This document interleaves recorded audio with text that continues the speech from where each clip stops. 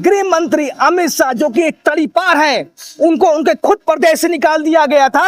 आज जो इस भारत देश क्या गृह मंत्री बनकर बैठे हुए हैं। कितनी शर्म की बात है कि जो तड़ीपार है उसको गृह मंत्री बना दिया गया है। इस बार जो 2027 का चुनाव होगा वो आप समझ लीजिए मुद्दों का चुनाव होगा, शिक्षा का चुनाव होगा, सुरक्षा का चुनाव होगा, महंगाई का, भ्रष्टाचार को समाप्त करने का, बेरोजगारी को समाप्त करने का। अब ये चुनाव जो होगा 2027 का, ये जनता के मुद्दे का, जनता के हक का और अधिकार को बचाने का चुनाव है। कि जब भी संविधान को छेड़ा जाता है, जब भी संविधान को मिटाने की कोशिश की जाती है, वो सरकार निस्तानेबूत हो जाती है, वो सरकार खत्म हो जाती है। आज हमारा मौलिक अधिकार, हमारा मूल अधिकार खत्म हो चुका है।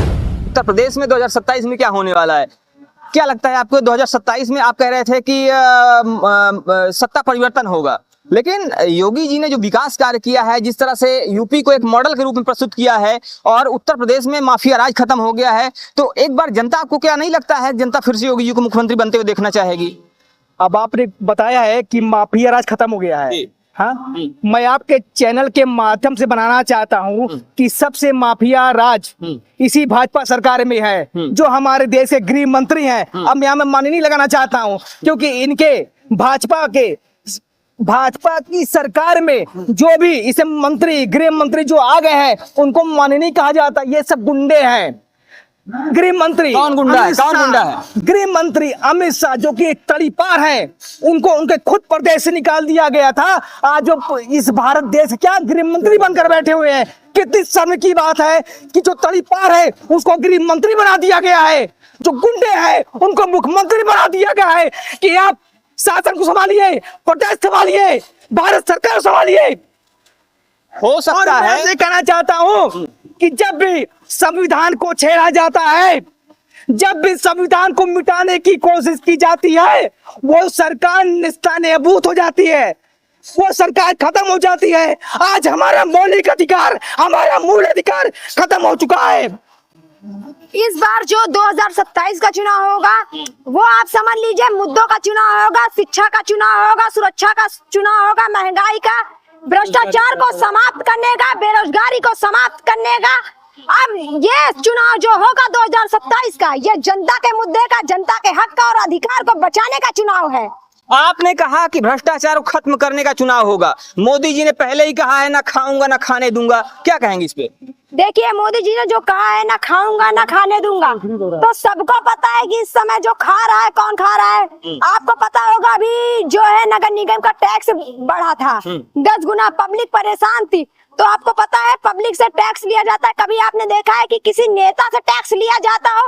आप लगातार देख लीजिए, कहीं पर भी आप जाएंगे तो गाड़ियों का चालान फर्जी किया जा रहा है। पैसा किसके पास जा रहा है? देश के प्रधानमंत्री के पास ही जा रहा है।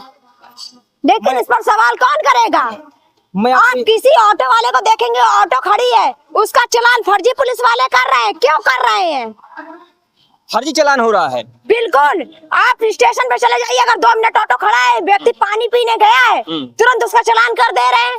सोचिए, गरीब आदमी जो रिक्शा चला रहा है, 2 रुपए कमा रहा है, वो 300 रुपए किराया देगा, 400 रुपए की घर में क्या देगा, बच्चों को क्या पढ़ाएगा? सवाल तो यही उठता है। अभी हम अपनी गाड़ी से आ रहे थे, अपनी बाइक से आ रहे थे, उस पे केवल लिखा है समाजवादी पार्टी, उसका चालान कर दिया गया है और मैसेज आ गया है 1000 रुपए का चालान। समाजवादी पार्टी लिखे होने की वजह से समाजवादी पार्टी लिखा था, उसका चालान कर दिया गया। मैसेज आ गया कि 1000 रुपए का चालान कर दिया गया। हम हेलमेट लगाए थे, लेकिन इस सरकार में ये सब चल रहा है कि अगर आप इस सरकार के विपक्ष में हुए तो आपके ऊपर ऐसे ऐसे आरोप लगाए गए होंगे जो आप सोच भी नहीं सकते हैं। ये हमारे अधिकारों का हनन कर रहे हैं, हमारे अधिकारों को मार रहे हैं, संविधान को समाप्त कर रहे हैं। इसके लिए हम सभी दलित समाज को आवाज उठानी पड़ेगी, सभी दलित समाज को मैदान में आना पड़ेगा। मैं अपने स्वस्थ समाज के भाइयों से भी कहता हूं कि आपको भी मैदान में आना होगा, क्योंकि आज जो बच्चे मारे जा रहे हैं, कल आपके भी बच्चे मारे जाएंगे। आपके बच्चे भी शिक्षा प्राप्त कर रहे हैं, उनको भी रोजगार नहीं मिलेगा। आज नहीं तो कभी नहीं, अब तो अमेरिका। आप अभी कह रहे थे कि आप स्वर्ण समाज के बच्चों से भी कहना चाहते हैं वो भी समाजवादी पार्टी में आए, लेकिन अखिलेश यादव जी कहते हैं पीडीए, और पीडीए का मतलब पिछड़ा, दलित और अल्पसंख्यक, उसमें समाज की कहीं बातें ही नहीं होती। आप ये गलत कह रहे हैं। उन्होंने पीडीए का नारा दिया है, लेकिन अभी आप देखिएगा इस समय स्व समाज की संख्या कितनी है ये समाजवादी पार्टी की सरकार में। आपको डेली PDA का नित्य दिन इस समय मतलब ब्राह्मण ठाकुर वास्तव आ रहे हैं और समाजवादी पार्टी को पसंद कर रहे हैं, वो लाइक कर रहे हैं, पसंद कर रहे हैं। इस समय मैं महानगर अध्यक्ष हूँ, मैंने खुद संदीप कुमार मिश्रा और नागेंद्र तिवारी को मैंने शामिल कराया है और उन्होंने हंसते से कहा है कि उन्होंने कहा भाई आप तो दलित समाज से आते हैं, अगर 5 साल नौकरी नहीं मिली तो आप बच जाएंगे, लेकिन अगर हमें 5 साल से नौकरी नहीं मिली तो हम बेरोजगार हो जाएंगे, क्योंकि हमें यह अधिकार ही प्राप्त नहीं है। संविधान में लिखा गया है कि दलित समाज को 5 साल का अलग से दिया जाता है सरकारी सर्विस प्राप्त करने का, लेकिन इनके पास नहीं है। इन्होंने खुशी खुशी समाजवादी पार्टी की सदस्यता ली और समाजवादी पार्टी में इन्होंने किस प्रकोष्ठ में सदस्यता ली है? बाबा साहब अम्बेडकर वानी, क्योंकि उनकी विचारधारा बाबा साहब से मिलती है, इसलिए इन्होंने बाबा साहब अम्बेडकर वानी को ज्वाइन किया।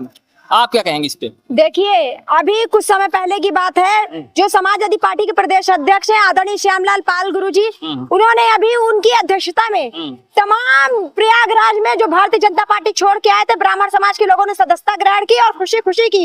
और लगातार हम आपको एक बार बता दे रहे हैं पत्रकार महोदय कि पीडीए का मतलब केवल पिछड़ा दलित अल्पसंख्यक नहीं है। पीडीए का मतलब है पिछड़ा अर्थात पीड़ित दलित। और दलित में देखिए एसटी एससी दोनों आ रहे हैं, उसमें कई समाज आ रहे हैं। पिछड़ा और अगड़ा, सुनिए अगड़ा जो है वो भी आ रहा है, अगड़ा आदिवासी, ये पीडीए के ए में आ रहा है।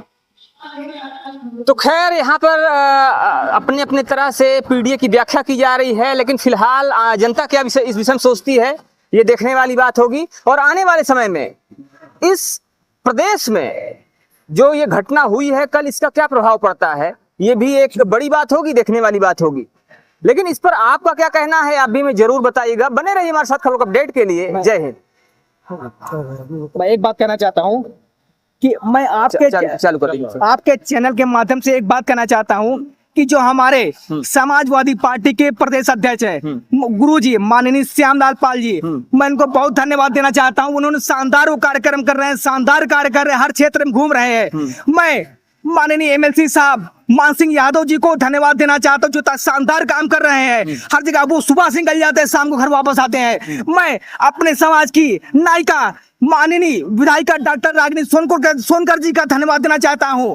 मैं अपने प्रकोष्ठ के राष्ट्रीय मिठाईलाल भारती को धन्यवाद देना चाहता हूँ, जो शानदार काम कर रहे हैं। और प्रदेश अध्यक्ष माननीय संतोष जाटव जी को धन्यवाद देना चाहता हूँ। हमारे बीच हमारे बाबा साहब अम्बेडकर वानी के महासचिव रवि भारतीय नहीं है इस समय, जो उन्होंने इतना शानदार काम कर रहे हैं, SIR पे काम कर रहे हैं, मैं उनको धन्यवाद देना चाहता हूँ। जय हिंद, जय समाज।